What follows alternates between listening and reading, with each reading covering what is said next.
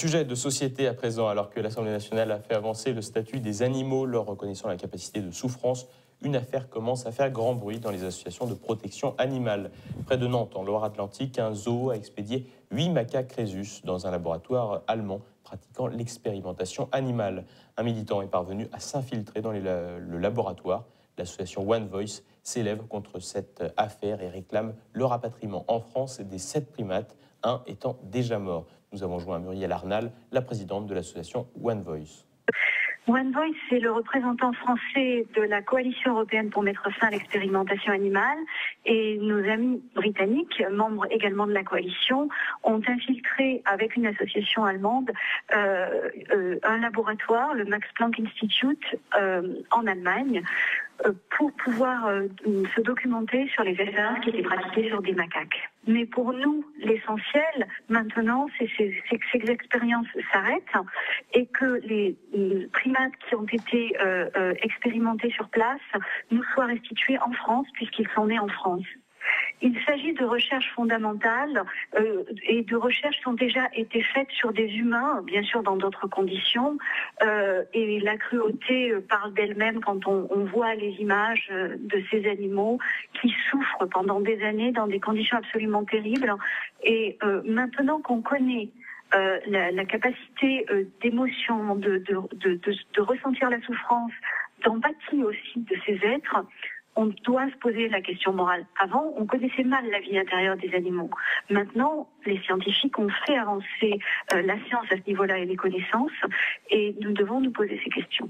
Et justement, vous parlez de cruauté lors de cette infiltration. Est-ce que des cas de maltraitance ont pu être constatés ?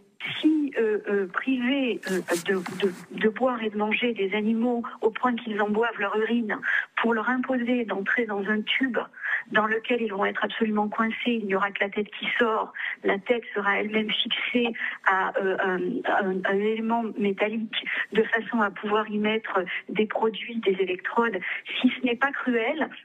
Alors, je ne sais pas ce qui est cruel. Pour expérimenter au niveau du cerveau, l'animal n'a que la tête qui sort et la tête est fixée à un poteau, c'est-à-dire qu'après trépanation, c'est-à-dire on ouvre le crâne, on en enlève une partie, on fixe des éléments dans le crâne qui permettent de fixer la tête pour que la tête ne bouge plus et le reste du corps de l'animal est enfermé dans une boîte en plastique et il ne peut absolument pas bouger. Et ça dure des heures, chaque jour, pendant tout le temps des expériences. Il y avait sur place un animal qui subissait cela chaque jour, toutes les semaines, depuis 7 ans. Franchement, la recherche fondamentale pour savoir comment circulent les informations dans le cerveau, je pense qu'on a assez d'informations sur les humains pour ne pas avoir à faire subir ce genre de choses à des animaux. En plus, faire des expériences, si on veut se baser sur le point de vue scientifique et justifier cela, sur des animaux qui sont dans un tel état de misère physiologique et psychologique, de stress absolu, je ne vois pas bien.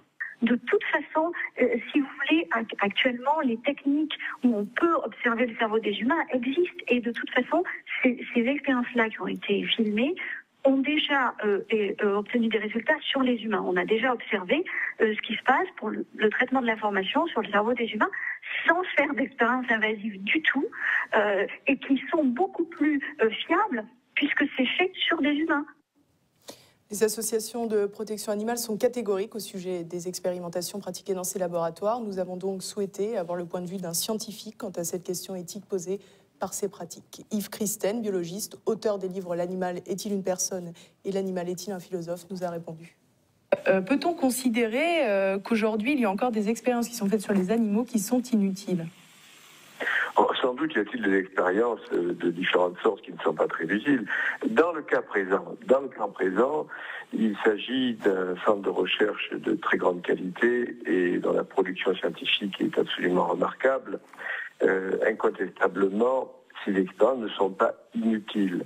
On peut discuter de l'impact éthique de chaque type d'expérience, en particulier sur des primates et en particulier sur le cerveau des primates. Mais il est clair que si on veut étudier les fonctions cognitives supérieures, on ne peut le faire que chez des animaux qui présentent ces fonctions cognitives supérieures. Et finalement, est-ce que ces expériences ne pourraient pas être pratiquées de manière moins invasive mais plus efficace sur des êtres humains puisque eux sont dotés de la parole ?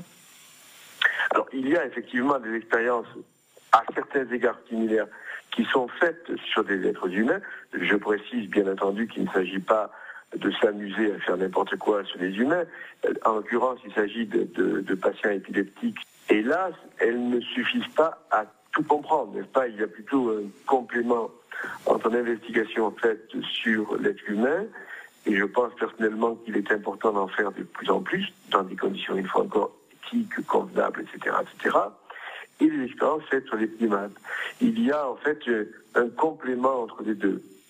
Autant, vous voyez, je pense que beaucoup d'expériences faites chez les singes n'étaient pas nécessairement très utiles. Et je pense aux célèbres expériences de Harlow, il y a plusieurs dizaines d'années, consistant à isoler des bébés macaques sans leur mère et à montrer qu'ils étaient dépressifs, malheureux, etc. Dans le cadre des études qui sont évoquées dans cette affaire-là, on ne peut certainement pas dire que tout ait été fait. On peut dire que ces expériences posent des problèmes éthiques parce qu'elles consistent à mener un acte chirurgical chez un animal, ça c'est une chose, mais il est clair que tout n'a pas d'effet, et on peut d'ailleurs facilement le démontrer, puisqu'il y a régulièrement des découvertes nouvelles qui sont faites, notamment sur le cerveau des primates, sur la mise en évidence de telle ou telle partie du cerveau, voire même des neurones individuels impliqués dans des facultés cognitives. Donc il y a beaucoup de choses que l'on ne sait pas.